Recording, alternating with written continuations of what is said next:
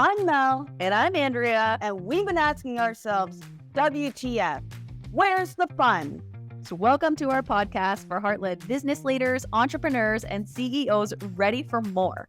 More impact, more wealth, more joy, and more magic, all while having even more fun than ever before. As co-founders of FunX, we believe that life and business is way more fulfilling when you're following the fun. So we're flipping the script on success, giving you permission to create from a whole new paradigm where you can have a lasting impact while nurturing your well-being and having a freaking blast along the way. So join us each week for engaging solo episodes and real conversations with experts who are embodying this new paradigm of leadership, spiritual wealth, business growth, and of course, fun. If you're ready to reignite your spark, make bold moves, and lead from a whole new energy, let's jump in and have some fun. I had so much fun in this conversation. I was joined by Marissa Teeter, who's a sought-after business advisor, executive coach, keynote speaker, and she has a solid track record as a senior wealth executive and business leader. She's coached leaders and individuals who run multi-million and multi-billion dollar enterprises. She loves working with incredible humans who want to do better, be better, achieve their highest potential. She also loves coffee. In this conversation, we talked about wealth, the relationship with money. I feel like personally, I got so much out of this episode, but she's also just such a kind, generous human. I know you're going to resonate with this. Welcome back to WTF, Where's the Fun? I'm Andrea, and today we have Marissa Teeter, who I'm just so excited for this conversation. I feel like before we hit record, me and you could have just chatted forever. So I'm like, well, I just hit record. Yeah, you kind of forget sometimes when you get to chatting. We're like, save it for the show, save it for the show. But yeah, I'm so happy to be here. The moment I met you, I was like, wow, there's something really wonderful about her and Mel, and it was just so nice to get to know you too. And I'm really happy to be here. So thank you for having me. I'll give Christina a shout out because she always loves when people are connecting at her high vibe women events. Mm-hmm. It was actually intentional. I don't know, I haven't shared this with you, but before we go to events, we're always like, I want to connect with like the best people. Like I almost like the universe, take the wheel, let me connect with whoever I'm meant to connect with. And there was these two like awkward seats at the very front of the room, and Mel and I are like, let's sit there. And because we sat there, we were at your table, and that's how we originally connected. So I'm grateful we went for it and sat in like these awkward seats so we could. I don't know. I feel like my seats were more awkward than yours. Like I had a sore neck 10 minutes into that event because I was way too close to the front. And I should preface, I have a bad neck to begin with. But I was like, oh my God. And that's why the next day I sat at the way back of the room. Not that I meant to abandon my table mates, but I was like, I need to sit very far away because my old lady neck can't handle it. Well, I'm grateful we got to connect. So Yes.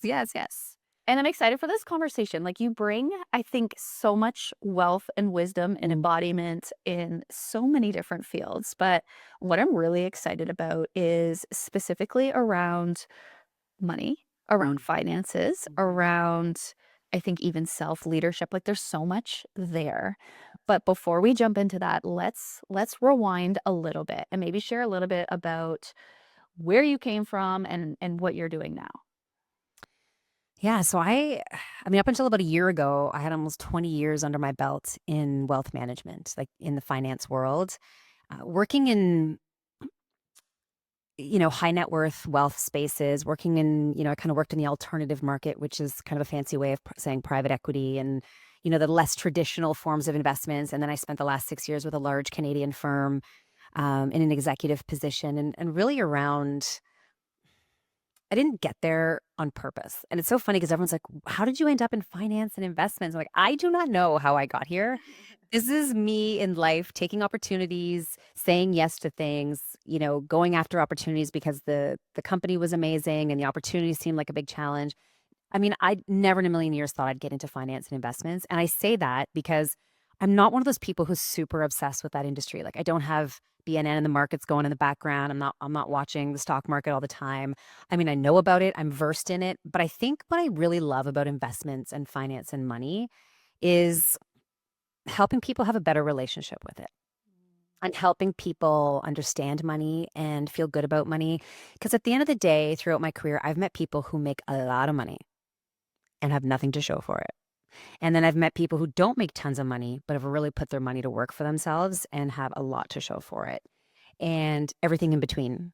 So for me, getting into this industry and staying in this industry has been very much about helping people work through their relationship with money, maximizing their opportunity, and then that connection that your money has to your well-being, right? Like why? Why do people obsess with making money? What are you going to do with all this money? Why does it matter?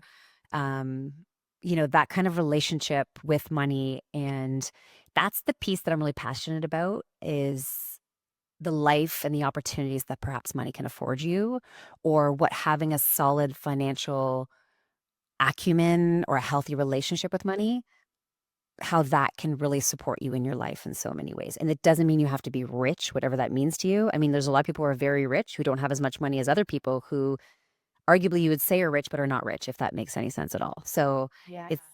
it's been an interesting ride. And then about a year ago, I left that industry, which was an interesting transition, because I'd like to say I knew exactly what I was going to do and I had this plan.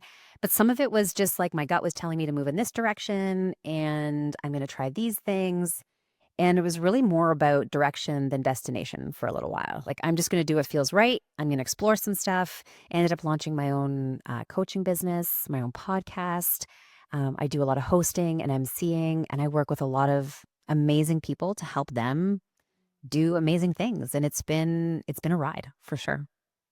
It's so cool. And I can see the theme throughout. And even like you were on the panel at High Five Women, and I know you weren't like moderating, but I can tell like you're really good at holding the energy.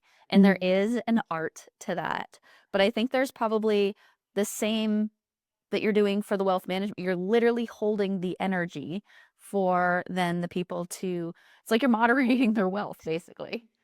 Yeah, it's like a lot of these, when I'm an MC or a moderator or a coach, or when I was an executive, I want people, I want what I'm saying to connect, to be relatable. Like, I don't want to be in spaces I don't want to be in, talking about things I don't really care about or value. Like, generally, if stuff's coming out of my mouth, it's because I believe in it and I'm here to support you. I want to make some of these more scary, maybe unrelatable topics more accessible. When I'm on a stage, I want to make sure the audience is nodding and understanding and connecting. I want to make sure people are getting it and it matters. And um, yeah, it's kind of part of my leadership journey, is figuring out, it's very much has nothing to do with me. It has to do with everyone else around me, and being able to ensure that people are getting the most out of the experience that maybe I'm facilitating, or the talk or the learning or the opportunity, but really, like, what are they getting out of it? How does it matter to them? And I love that word energy, because I mean, we were talking earlier about people who have more juju beliefs than me in energy, but I am slowly going over to the other side, because it's very much a transfer of that connection, of that, energy. When you see people nodding and buying into it and finding confidence around their finances, or confidence around a message that you're delivering from a stage, it really is a transfer of energy, that you're so you have so much belief and you're so bought in. How do I get that to transfer to the other person? And people often come to me like, "Oh, you're so good on stage.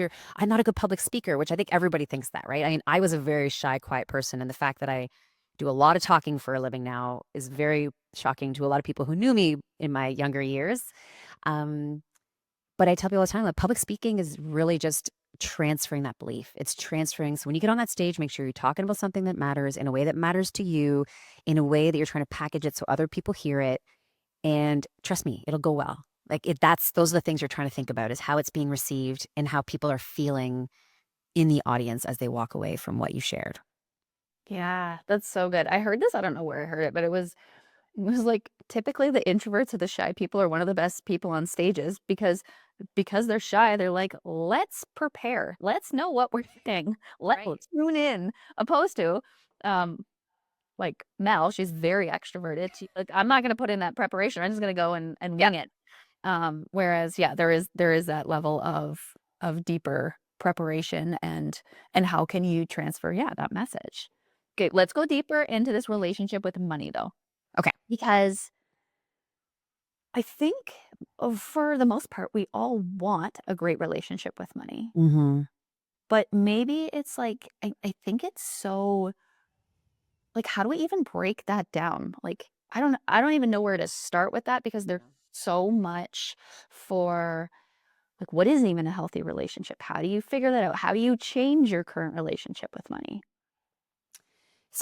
It's such good questions. And I mean, I don't have all the answers. This is a journey that I've been on for many years, even for myself. Like, I'm not going to sit here and be like, oh, I have the most wonderful relationship with money and I'm so good at budgeting and I never spend money on stupid things. If my husband were here today, he would call me out. But I think we all have those moments. But I think it is, well, first and foremost, in this day and age, there's so much information out there that it's almost, it's not an excuse to bury your head in the sand, right? People always say, oh, I can't afford advice or this or that. Fine. You can self-educate. Now, the question is, you got to be careful the sources and what you're doing. And it's also okay to kind of get different points of view and figure out what matters to you. The sad reality is a lot of us have learned our money habits from our parents. And good or bad, they have affected us, right? So I grew up in a family where my dad was very good with money, very tight with money. We lovingly refer to him as Coupon Ted. So we were not going places unless we had a coupon. We were not shopping at places we had a coupon.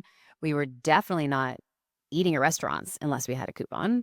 And this was back in the day. And I mean, I think you're the same age as me. I don't know, but refills weren't always free. Like, there was a time when refills cost money, and it was like, we are definitely not ordering appetizers and we're definitely not getting refills. So you better sip on that drink very slowly. But yeah, so there was almost a fear around money in our house, even though we had plenty and we never went without. It was always, and I knew every month when the visa bill came in, because my parents would have discussions that were stressful around, what is this? What is this? So there was always this like heaviness around money and this like fear of like, save it, don't talk about it. Like, I'd go to the bank machine with my dad and I'd be like in my 20s visiting from university, and I'd have to like turn around as he entered his code. And like, we think I'm gonna rob you like at the ATM? But again, he got that from his dad, right? And it was like, money is something that you just don't talk about. Money is something that you just act like you need to, it's the most precious thing. So long-winded way of saying we get what we a lot from our parents. On the flip side, though, I mean, that served us because my dad was good with money, but there's a lot of people whose parents are not great with money, and they see them live a certain way or spend their money in a certain way. And so I think it's really important for people. And the other interesting thing is who we end up getting into relationships with also impact our relationship with money, because two people who come together who view money differently, that's a very hard thing to work through. This is the underlying cause of many marital problems, is not so much money problems, but differing views around money, what it's to be spent on, how it's to be spent, how each partner is using it. One partner may say, I spend my money wisely, I invest it. And the other partner's like, well, I want to live my life. I like experiences. I'm not into assets. I'm into fun. I'm into vacations. And so that is hard. And I always encourage people to make sure you have those conversations. So I think part of understanding your relationship with money is when it's compared to other people's, right? When you talk to your friends about money, when you talk to your partner about money, you start to really figure out where you land on that spectrum. You start to figure out, like, I'll have conversations with friends around, and it's so small, but it's, okay, how much are you guys spending on groceries a month, right? How much are you spending on a car payment every month? Like, okay, so what percentage of your total income is like, getting some baseline numbers, but it requires us to talk about it. And we just don't talk about money. Women are especially bad about this. And it's not for lack of knowledge. We're very secretive about it, very taboo. Like, guys will be like, I bought this, $70,000 truck and this. And again, this generalization, there's certainly women out there who talk about it and certainly men who don't. But I find that it's something that needs to be talked about. So I would say there are some self-discovery questions that you can ask yourself as it relates to your behaviors with money. And I can share those with you. Yes. Okay. So one of the questions is really understanding what you spend the most money on. Like, first of all, where do I spend most of my money? If I had to put a theme on it, where is my money going? Where's most of my money going? In what scenarios am I very comfortable spending money? And in what scenarios am I a little bit more uncomfortable spending money? Where I it's just not as enjoyable, or I tend to put more effort into it. It's funny how some people will research the crap out of certain expenditures and not others. So true. Right? So it's like, what am I researching and really careful about spending my money on? And what are the things that are just easier for me to spend on? And then what are the things that I know I should be spending more or less money on? So where in terms of my spending do I know I should be spending more versus where I should be spending less? And then the last thing would really be around how would I feel if I didn't have to worry about money? Like what is the feeling that I'm searching for around money? Like if I didn't have to think about money, if I didn't have to worry about it, what what is that feeling? What would that make me feel? What would I do? So understanding what you would do and how you would feel if money was not an issue is interesting, because you would think a lot of people would say the same things, but people do not. Um, and then you ask people, you can get into number conversations. Like, what is the number? What's the number you want to have in the bank to feel good? What is the number you need to have coming in every month to feel good? And part of this leads into the next thing is around budgeting. Most people do not have a budget. Most people are kind of spending as best they can, making what they're making and hoping that it all evens out at the end of the month.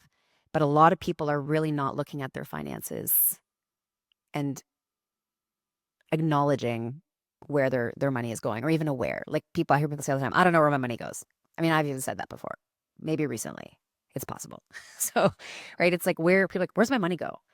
And a lot of credit card companies will actually have annual reporting for you, where they summarize in like a nice little pie chart. Like they will categorize for you based on where you spent your money, but you can see exactly where your money went. Every month you can see exactly where your money went. It's not a beautiful pie chart like the annual report is sometimes. But yeah, so those are some questions you can ask yourself, and we can dive into what you can do about it. But people are just not talking about their relationship with money. And these are questions you should ask yourself. And these are probably questions you should ask your partner, be it in life or business. I totally agree. And it's so funny because I'm thinking even with Mel and I, like at first when we've been together for 15 years. And at Me. first it was like talking about money was like the least fun conversation. Mel would get defensive and then I'd get weird, and then it was like the whole thing. But we knew we're like, if we want to be a good team, it's like we got to figure out how to have these conversations. Yep. And now we actually said this, it might have been even this morning. We're like, because this is one thing that we're focused on as well. It's like, if anything, if like where you put your focus, it's going to grow. So we're calling them, what are we calling it? It's like prosperity meetings, and Oh, I love that. yeah. And each time we do it, which is weekly, we're like, let's see where it's growing. And then the focus is on the growth. And then it's like, but we're making it fun instead of where I do believe like if the energy you coming in with is like, yeah, like it can be one of the biggest, it's almost like one of those silent things that it's like it's underlying, but like if you're not looking, or if you're not changing how you're either talking about it or how you're even showing up, it can feel like it can impact literally everything, your relationships, your self-worth, your how you're showing up, your confidence, like all of the things.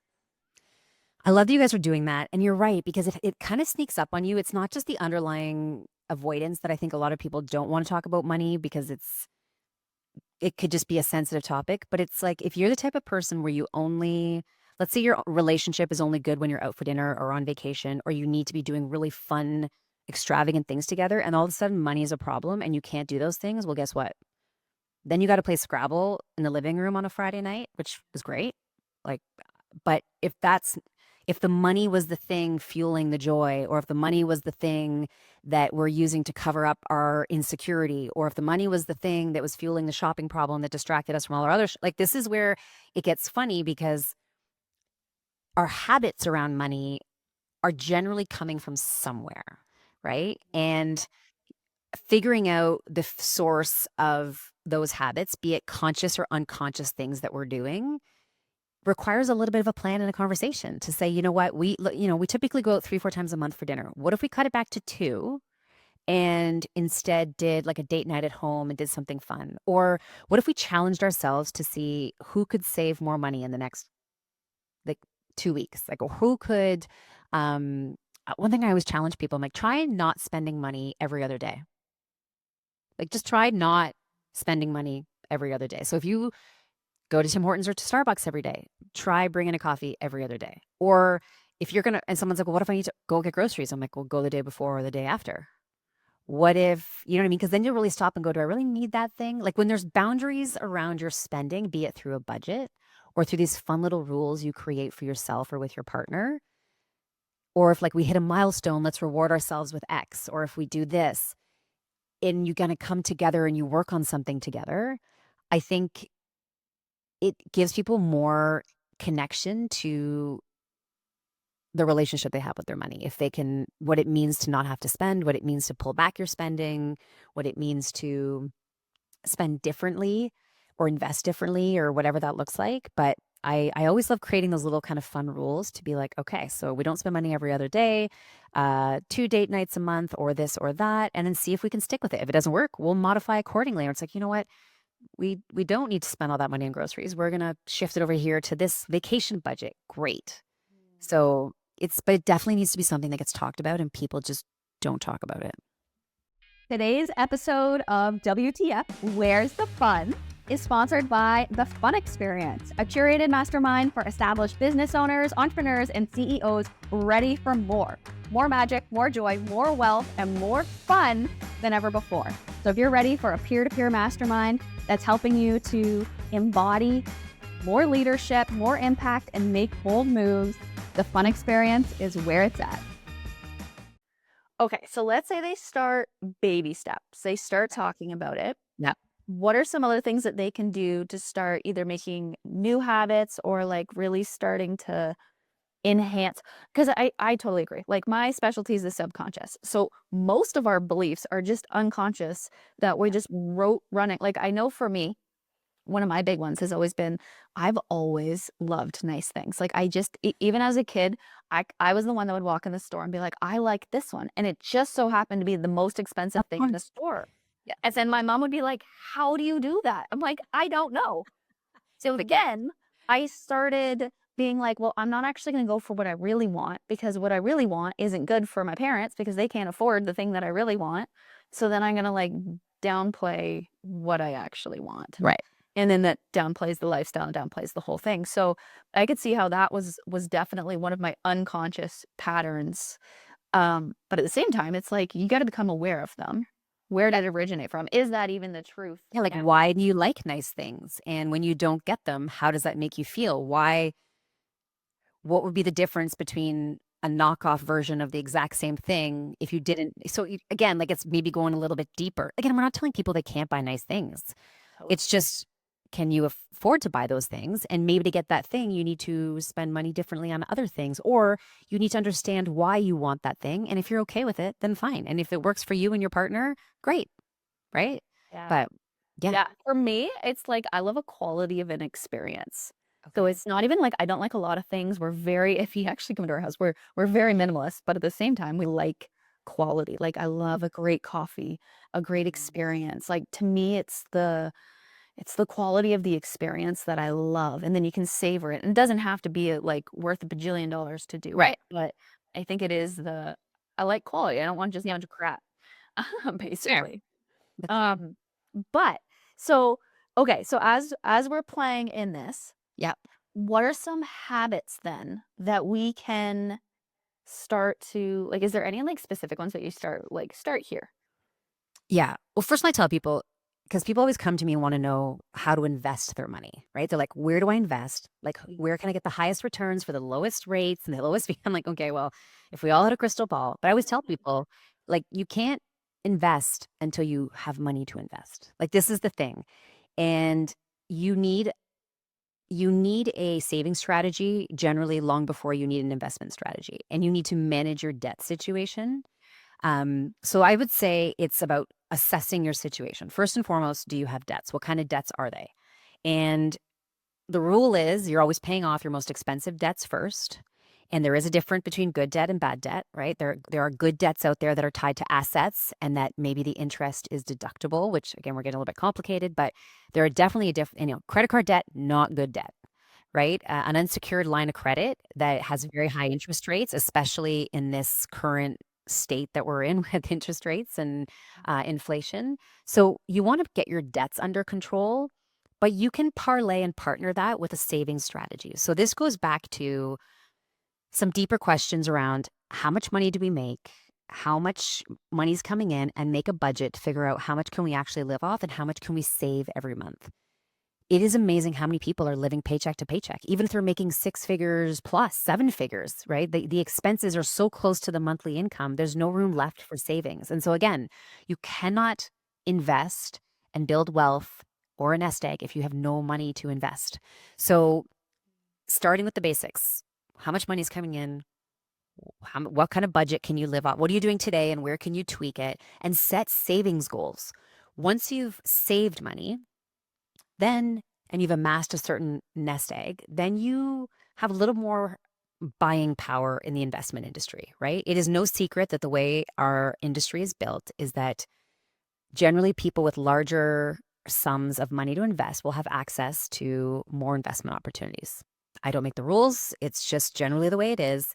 But in the meantime, there are tools available like tax-free savings accounts, and also RSPs can be used depending on your situation. Like, that's another thing. RSPs are not the be all and end all for all people. They need to be used very strategically depending on your financial situation. So just throwing money willy-nilly into there on a regular basis is not the right strategy for everybody. And you need a really good financial planner to help you understand that.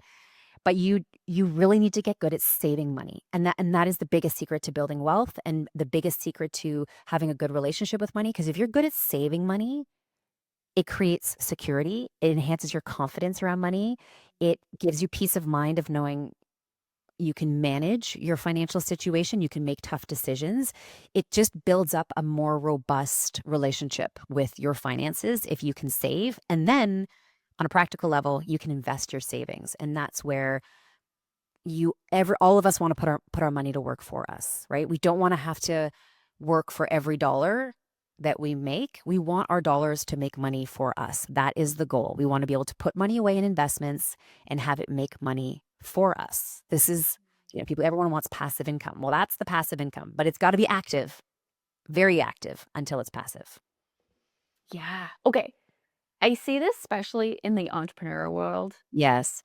where, and it also depends on the business, the structure. Like sometimes you just have to be putting more out there to then get it back. But then I think there's just this certain belief that I have to keep putting money out in order to get money back in. And that's like, at this point, what is the point of having a business? And more specifically, like, okay, let's say this relationship between savings, but also you're increasing your lifestyle, but you're also increasing your earnings. How do you navigate that? Because it's easy to be like, well, I'm going to pay for this so that then I'm making more money. But now that I'm making more money, I'm going to increase my lifestyle. And then the savings maybe isn't necessarily growing alongside of it. This is, I think, the biggest thing people struggle with is that you make 1 year with great income and then you start living at that lifestyle, at that threshold. So I think your question is two-parter in my mind. Number one, as an entrepreneur, you're going to have to invest in your business. And sometimes there's a lag effect, right? Sometimes, I spent way more money the first year of my business last year getting my business off the ground. There's things I just don't have to spend money on this year. Not to say I won't spend a significant amount on other things to grow it. But yeah, I mean, I think it requires an investment. I think you have to be as methodical as possible around that. Like, I mean, really could have gone crazy and probably spent a lot more money, but instead really focused on my own kind of resources and energy and said, I'm going to have to roll up my sleeve. I'm going to have to learn some new tricks. I'm going to have to do some things. But there is a tipping point eventually as entrepreneurs where you're doing jobs that you could be paying someone, less to do, and your time is more valuable bringing in. And you will generally know that, right? But I would say those two moments probably need to overlap for a little while before you flip that switch. And that's very similar with upgrading your lifestyle. I generally tell people, and they don't like the sound of this, see if you can sustain this income level for 5 years before you upgrade your lifestyle. That's good. And and it sounds painful because as soon as people get the thing, they're like, well, now I can afford this car, and don't worry, it's a write-off. Like, don't even get me started on the word write-offs, because that's a whole other conversation that I think people do not understand. But sorry, I'm speaking in entrepreneur context here, but I think if you can sustain your income level and your lifestyle for 5 years, then you're ready to upgrade.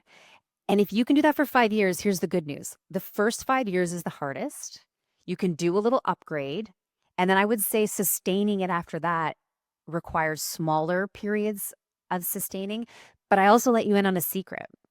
The more successful you become and the harder you work for that money, for a lot of successful people, it does get harder to spend it because you've worked so hard to get there. There are a whole other group of people who go off the deep end and think, okay, I've made this much money once in a 1 year, surely I'll sustain it, and then just live way beyond their means. You still need to live below your means. You still need to have a savings strategy, especially for entrepreneurs, because it's on you. And if you have a business where people are relying on you, then you have other people whose livelihoods you're affecting as well. So I would say it's a 5-year rule. You should be able to sustain your lifestyle with small tweaks here and there. Like if you want to go and do non-fixed expenses every once in a while, like a vacation or a purse or I don't know, but it's the fixed things that tend to get people into trouble, like the cars and the houses and the cottages and the more, in this day and age, like people during COVID who bought bigger houses, mortgage rates were low, and now mortgages skyrocketed and they're stuck with a whole heck of a lot of house and a whole heck of a lot of mortgage. So 5 years, try to sustain your lifestyle for 5 years with non-fixed little expenditures here and there to celebrate for sure. You want to also celebrate the wins and make it feel worth it too, right? Like all this work to build this business, I'm making all this money, I've been making it for 5 years. Surely along the way, you need to stop and enjoy it. It's like that analogy when you're eating steak or whatever it is you love to eat, ice cream, chips, name pick your poison. When you're eating it and you're really enjoying it, you want more of it. Like you still have to be in it and enjoy it, but it still has to fuel your hunger for wanting more of it. And so, yes, stop and pause and enjoy it, but don't derail your savings in your future by having to claw everything back. That's harder. Yeah. It reminds me of, I think looking back, Mel and I did this actually fairly well. Like that's how we got to live where we are now on the lake. Yeah. But we very much, like, we're not the type of people, like, even, like, we always say, if we won the lottery, we're still not the type of people that are like, let's go out to restaurants. Like, we like eating out. Well, speak for yourself, because I like the restaurant. Mel loves cooking. I love, like, we would, but Yeah. not to that extent. So we live actually quite simply. But one of the things that we would play in the energy of, it's like, if we were to make no more money, how can we live our life to the maximum right now where we are?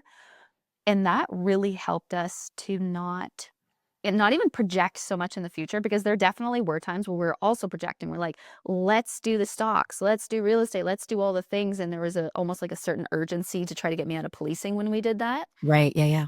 But when we did it more from like this, like a steady approach, and we're like, okay, how can we actually enjoy where we are and still live life to the fullest if we were to make absolutely no more money? And then it did give us the opportunity to do things that maybe we're like 10 years down the line and we feel comfortable doing that. But I do like this idea of this 5-year goal, because, and I think I'm going to even use me as an example. It's like there's a balance between challenging yourself and enjoyment. And sometimes, I mean, I'm actually experiencing this with my health. So I feel better than I have in years, but it's because I'm actually following a system that actually is happening. It's like, what a concept. Yeah. So it's like I can see that Mel and I have been craving, like, to actually get back into a system with our finances, because we've been here for a number of years, and it's like we're just getting back into the swing of things for her business, for really fine. And it's like, that's fun, even though it does feel like, quote unquote, like you're restricting yourself in a way. In a sense, you're not, because it's for reasons that are in alignment with your bigger goals. And it's not full restriction. It's just more calculated. It's like, we're not going to do these things so that we can do these things, right? And it's not all hard, tough. It's like there is a joy, and it is an element of this is worth it because. You have, I think the secret sauce for the two of you, it sounds like, and it probably, maybe you have your days, but you're aligned on this. Like that is the toughest part for couples sometimes in business and in life, is that there isn't full alignment on, okay, what does retirement look like? What are we even saving for? How do we want to live today versus retirement? How do we balance that a little bit? Like, how do we live for today and be set up for tomorrow? And yeah, like I am the last person to tell people, put all your money away and save and save, save, save, and don't spend. And you have to live today. But there are different ways to live today that will allow you that you can also live tomorrow. Or you don't have to live today to its, you have to spend all this money today. You can spread it out. You don't have to eat out for dinner 5 days a week. You can eat out 1 day a week and still find joy doing other things. But I think your alignment is what makes it key. Obviously, you guys talk about it. Obviously, you have a plan around it. So if it's a plan for your health or a plan for your business, you need a plan for your finances. Like, are we on track? Are we where we need to be? Because life is going to happen. And that's the last thing you're going to want to worry about is, can we afford to do what we need to do in these life moments? And that is the one thing I think people don't think about is life is going to happen. And sometimes life moments can be expensive, good and bad. Kids are expensive. Illness is expensive. Death is expensive. Success is expensive. Failure is expensive, right? So I think your alignment of the two of you is really amazing, but I think you need to sit down as a couple and figure out what are our rules, what are our goals, how are we going to, and everyone, and both people have to be aligned. 1,000%. And in fairness, Mel and I have we look like we just like it's simple sailing out. We've coached with mentors together for probably 7 years straight, where we have intentionally put in so it's like it's not always like, yeah, we're like so aligned, but now I would say, yeah, we are pretty aligned. I do not expect people to wake up and be aligned. Yeah, right? You got to put in the work like with anything else. And I think people are very passive with their finances sometimes, right? Like whatever's left at the end of the month, I guess that's what I'm saving. Like whatever I'm making is what I'm making or whatever. And I just don't treat it that way. I'm very active with my finances in terms of, can I save more money this month? Do I have to spend my money on that? Do I really need that? Or, again, you talk about researching things and saving money on things. And I just think people don't understand the psychological impact of having a better relationship with your money and how pervasive that can be for a lot of people. And it'll show up in your business. It'll show up in your relationships, show up in your friendships. If you're the type of person that's always worried about money, that's going to affect your social life. That's going to affect your business. That's going to affect your this is the thing where, a little bit of financial acumen and when I say financial acumen, it doesn't mean, on your level, like where's your money at? I don't need you to know the stock markets. I don't need you we'll talk about where to get good advice, but I think you just need to be comfortable with your money and know where it is, know what's happening with it, know how much you're saving, how much you're spending, just a general aligned awareness as a team. And to your point you made about, the 5-year thing is funny because my husband and I started looking at houses. I remember my daughter was in a bucket chair. Okay. So I'm hanging, carrying it around on my forearm, and she's going to be 12 in a few weeks. And we would drive around the neighborhood we live in now, just looking at the houses being built and the houses for sale. And then between that moment and the moment we actually moved into our dream neighborhood, into our dream house 3 years ago, 18 opportunities fell through in those, call it 8 years. We try to buy a house and we'd get outbid or it's something, and it was like, wow, we're never going to move. We're never, and people, and I think people also get impatient with upgrading their lifestyles or making that next big, bold move. But when I look back now, it was all for a reason. And I'm so glad we actually waited 8 years. So we waited 8 years to upgrade. And it was okay because it was all worth it in the end, because you were even more ready in that moment and you can feel even more good about it in that moment. But I do think there are a lot of people that upgrade too soon and it's on unstable ground, and that makes it really hard to sustain. It's so funny you say that because we used to drive through your neighborhood that you're in now too and use it as a dream as well, because it was a place that had water that was near us. We're like, live on the lake. Yes. We would be like, okay, let's go drive. And it took us 7 years, but maybe 8, somewhere in that timeline of 7 to 8 years. Like we knew what we wanted. We had actively put stuff through, and same thing. Thing is, had fallen through, but if we had moved then, yeah, we wouldn't have been ready. We wouldn't have, like, it just wouldn't have been the same. So it's like, I think there is that level of, and I'm getting better, but I'm probably one of the least patient. We both are. Mel and I are very impatient. We're like, no, want it like right now. Mm-hmm. But when, yeah, you can actually allow for the patience to come through. And sometimes I think the patience is connected to, do you actually believe it's going to happen? If you believe it's going to happen, you're going to be way more patient than forcing something that might take a little bit more time. Yeah. And I mean, and we're talking about houses right now, but it's not just people's houses that some people stay in their houses, but yet they start buying all designer stuff or they just start spending willy-nilly without it's so funny. Like you move into your new house and your dream house and you're like, oh, my life doesn't actually change. Like I still have the same problems. In fact, they're bigger now. And, like I still need to like wipe my kids' butt. I still need to make their lunches. I still need to figure out what to cook for dinner. Like all of my world's problems were not solved. And that is the game I play with myself all the time when I'm hesitating on a purchase, be it for me, for anyone else or anything. I'm like, what am I going to feel after this? Like, is this really, do we just really get confused between needs and wants? I find even with my children, like, I need this. I'm like, you definitely don't need that. You want a seventh Nerf gun. You don't need a seventh Nerf gun. Yes. But I think that's another thing around money is we think it will do something that it doesn't. And I always tell people, whatever you think that designer bag or that ATV or pick your poison will make you feel, I promise you that having money in the bank and knowing that you can make more and that when life happens, you'll be okay, will make you a million times better than that thing you're about to spend money on. And again, have the things, but know why you're buying that thing and know what the trade-off is to buy that thing and see how life is without that thing or wait and see how you feel about it in a month. Yeah. Oh, that's so good. I feel like I should be writing this down. Guess what? You're gonna have a recording that you can listen to later. I was gonna be like, are you listening? That's so funny. And my husband's gonna be like, "Did you say all those things?" He's like, "Do you hear the words coming out of your own mouth?" Yeah.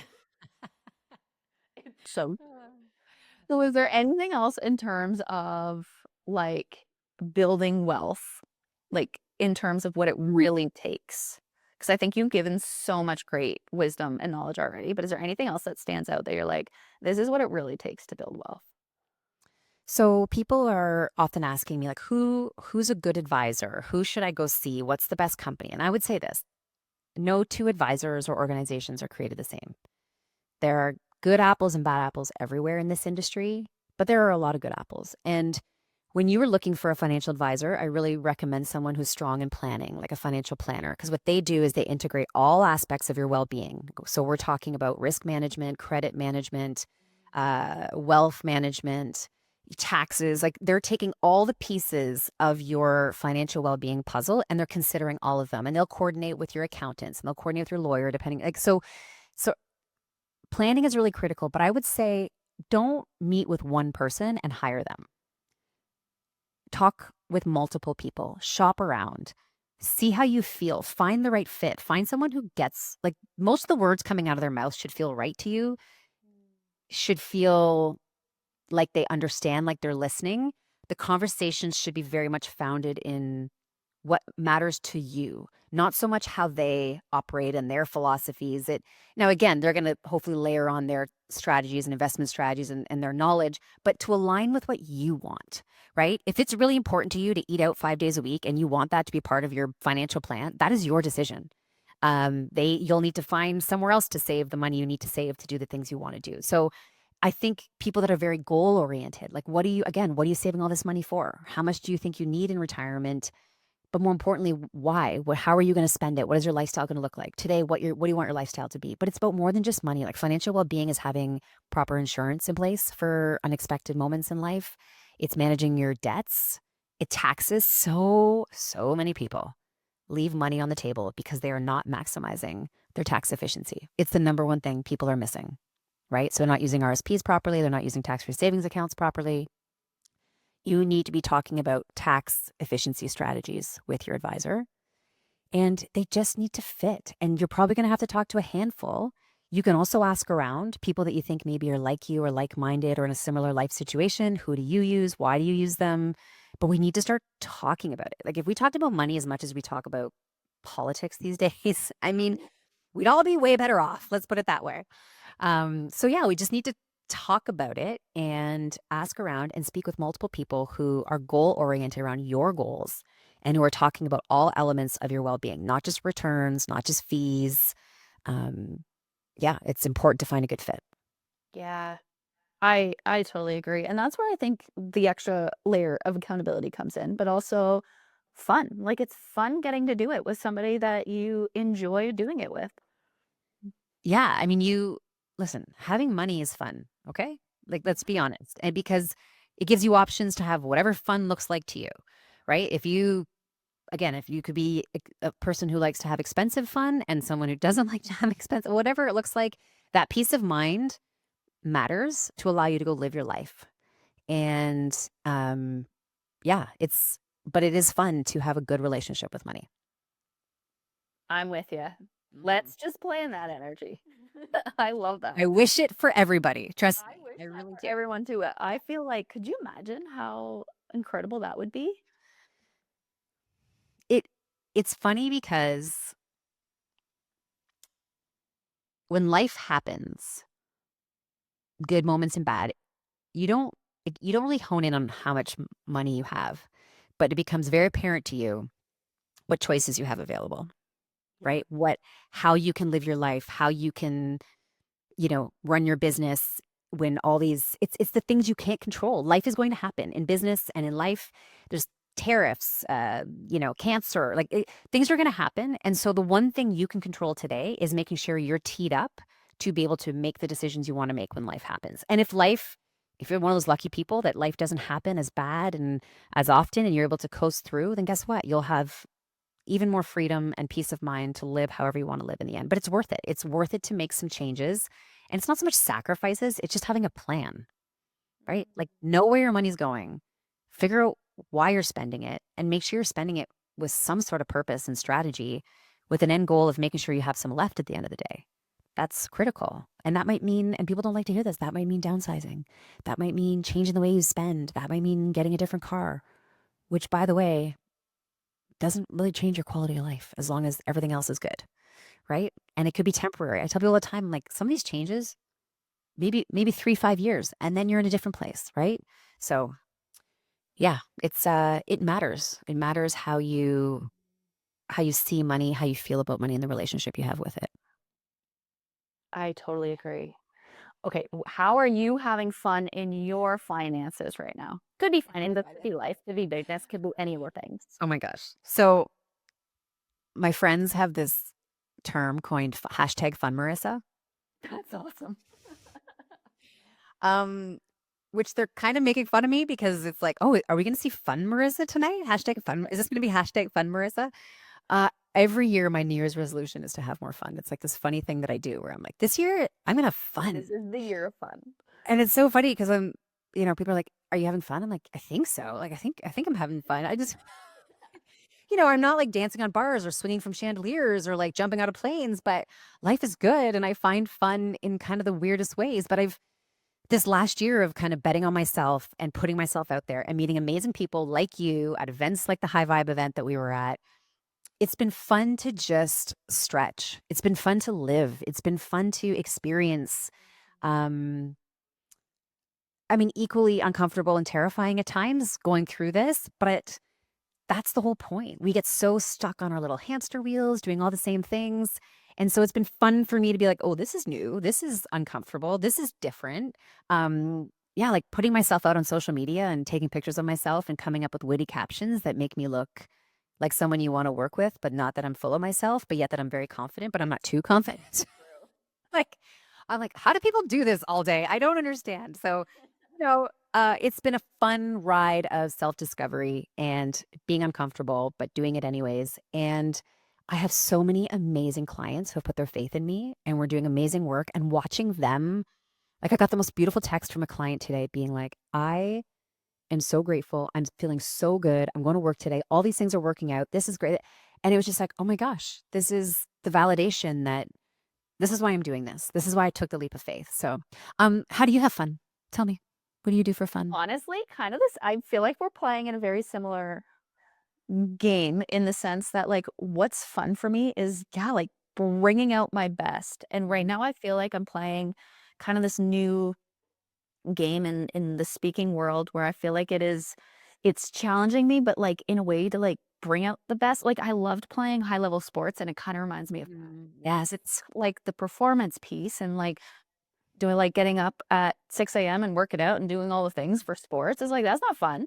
But it's like, what's fun is playing at a really high level and unfolding your highest potential. So for me, that's kind of like Yes. the realm I'm playing in right now. And I'm like genuinely enthusiastic about it. I'm like, Well, it shows. yes, love it. Like I don't think I've been this excited, to be honest, for probably since I played high level sports. So I feel excited again. I feel like rejuvenated. I feel like I'm doing it from a different energy, which feels great. So, yeah, so that's what's fun for me. And then like getting to like have great conversations like this just brings me joy because I feel like how lucky am I that I get to have conversations with awesome people and just ask a whole bunch of questions that I'm genuinely curious about. Um, Same. yeah. Yeah. I wanted to ask you one more thing. What was it? You were sharing about oh, how tell me more about how people can work with you because the work that you do I think is awesome. Thank you. Um, yeah, I've been very much in the season of yes over the past year. So it's been interesting to see. I start a business, I put up a webpage and I tell people I'm an executive coach. It's been so wonderful having people reach out to me and say, hey, would you do this type of work? So a lot of my work is one-on-one executive coaching with, high performance individuals, executives, business owners, entrepreneurs, and they really just want to be better and do better. I feel like there's like a range that maybe like consulting work is over here and therapy is over here. And I like bouncing back between the two of them. So I really work with the person on the person so they can show up as a better leader, as a better business owner, executive, whatever that looks like. But also we're solving problems in terms of advancing careers, business problems, launching new projects, branding, expanding. I do a lot of work in the business development space. It's really like, how do we grow your business? How do we grow your brand? I love results. And so I play a lot in the results sandbox. Like, let's get you getting results out of this, whatever that looks like to you, whatever success is on your terms. But I've also ended up on stages. So in my previous world, in my corporate world, I was so grateful to become the kind of the de facto interviewer of all the guests we had in our organization. I've interviewed, former Prime Minister Jean Chrétien and Wayne Gretzky and Dan Levy and Haley Wickett. I mean, I've had so many amazing conversations. And so my podcast, Teeter Talks, is a way to kind of scratch that itch. So to your point, I love just talking to amazing people and asking them the things that I would want to know. And hopefully everyone else is having a good time too. But I am now doing more hosting, more moderating, getting on stages for other organizations at events, helping kind of bring their vision to life. And it's so much fun for me. It's something that I can't believe I get paid to do because it's just such a wonderful experience and you meet new people. So people can find me on my website, which, marissateeter.com. I'm sure it'll all be in the show notes. People can just reach out, DM me. Yeah, I'd love to hear how people think we can work together. I'm up for anything. So yeah, don't be shy. I love collaborating and meeting new people too. So And I love that you're like I think you're a really good mix of you're right, like the logical let's get results. yeah, But also let's make you feel safe and let's actually listen and make sure it's aligned with you. everybody's capable. I'll tell you this. When I say high performance, we are all functioning at that gear in some way, somehow in our lives. And, I think there's a leader inside of all of us. Like maybe you're the leader in your friend group and you're the reason why everyone gets together and goes for dinner and like you're the one who makes it happen. Maybe you're the leader in your community. Maybe you're the leader at work, whatever that looks like in the less traditional fashions. And I really want to help people cultivate that. I want people to see that there's a way to feel better and do better and help others along the way. And yeah, it's been fun for sure. It's so good. If you were to share one last thing from your heart to our audience's heart, what would you want to share? Um, I mean, well, sticking with the theme of what we talked about today is I really think anything's possible, right? Anything that you put your mind to, you have to bet on yourself.